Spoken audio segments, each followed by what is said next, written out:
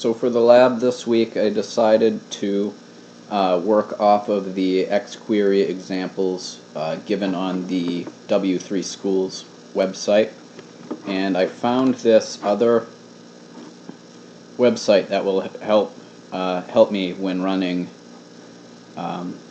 queries using Xquery. So what this does is you input your XML content in this box, and then you can run your queries up here. And then when you click on test, it will output whatever the results are. So running down through here, this is the example XML that W3 Schools uses, so I'm just going to copy this and paste it right in here. This is the books XML that they're using.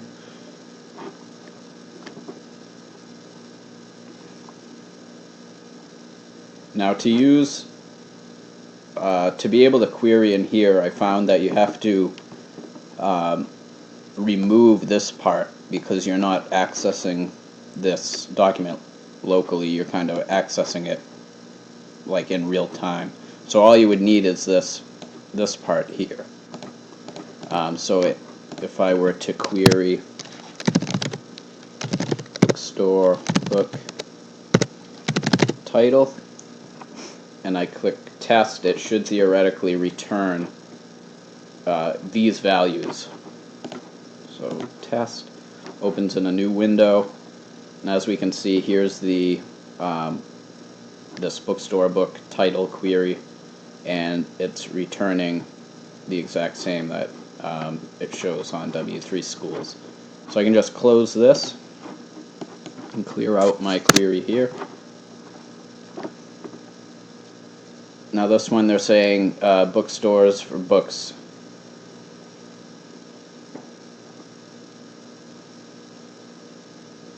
Books under 30. Sorry about that. Under $30. They're using this price because that's the price element that they use in the XML. So if I were to do the same and do bookstore book bracket price less than 30, test it, and as we can see, it returns the Harry Potter book that they got in here as well. Now for the flower expressions. So if I run, for instance, this here, do for X in bookstore book where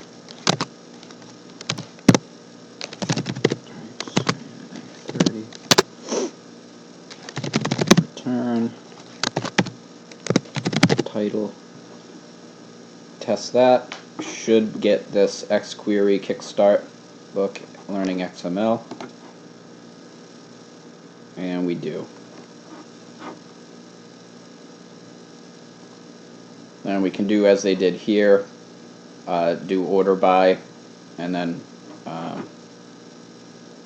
just the order by, so it'll order these values. So if I come back here, and under my where, do order by,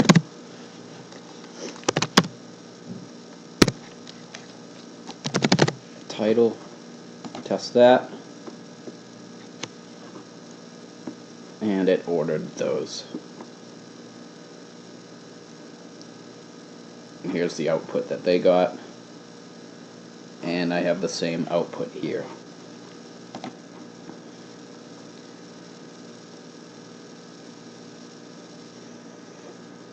And then we can do this, present the result in an HTML list. So if we do the query again here,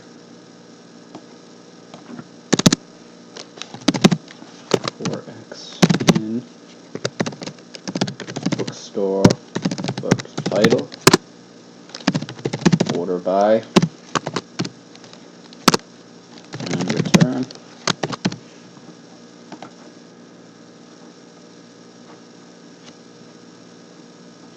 So you can see it had ordered those. So here it says, now we want to list all the book titles in our bookstore in an HTML list. So we'll add the UL, or unordered list, and LI for the list item. So if we take that,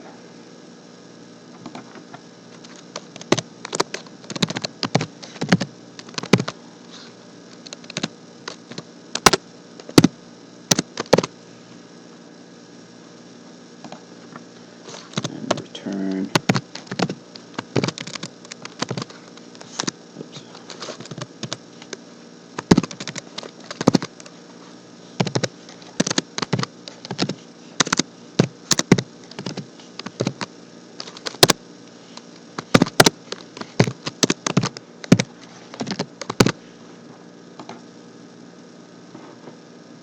And here's our output here.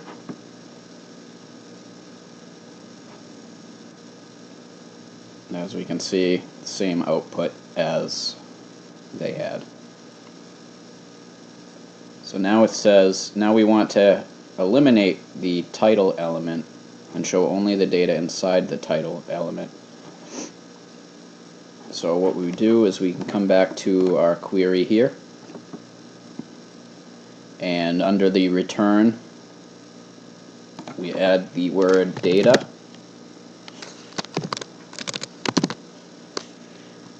and if we rerun that query, as we can see, it's only returning the values.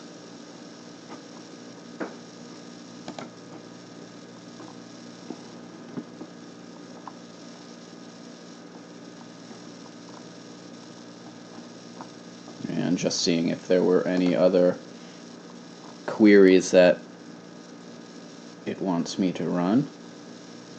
So here's a good one, the conditional if then else expression that we can use. So if I input that into here, so we'll do for X in bookstore book return if X at category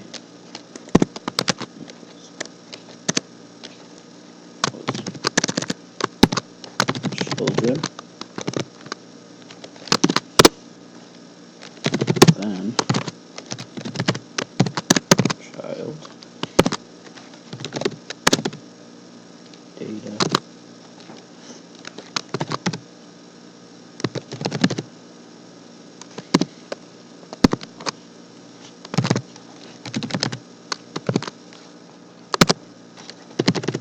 else adult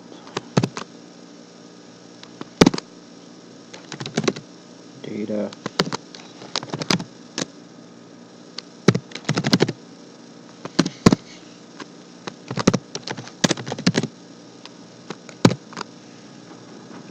So let's see if that returns the same. So as we can see, returns the same values: everyday Italian, Harry Potter, XQuery, Kickstart, learning XML. So it's what it's doing is it's saying if it's a children's book, then return that the value is child. If not, then return that it's a adult book. So as we can see, the Harry Potter book is the only children's book, which is why it tagged those with the child.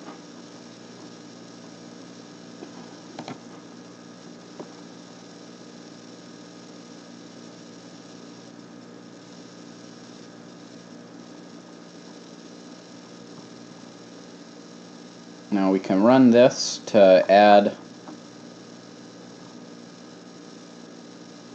element and text.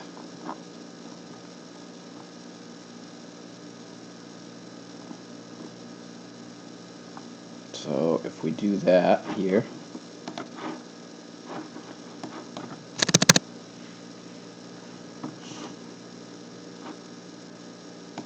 so for the sake of time, I'll just copy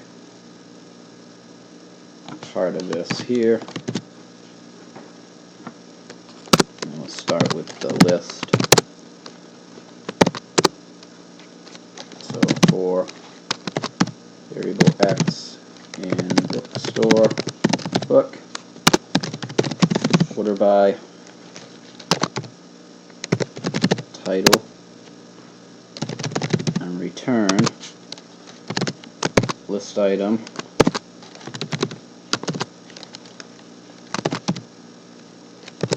title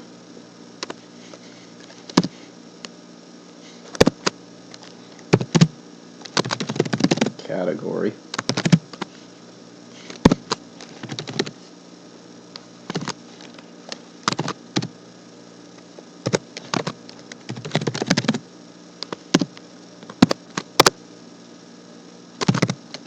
and the list item and the list.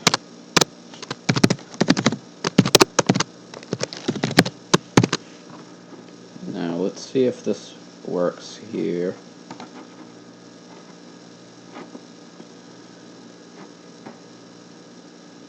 As we can see, that did in fact work. It tagged each with the category and placed the period at the end of the book title. And basically adding attributes works pretty much the same way as adding elements. And that's pretty much the basics of XQuery.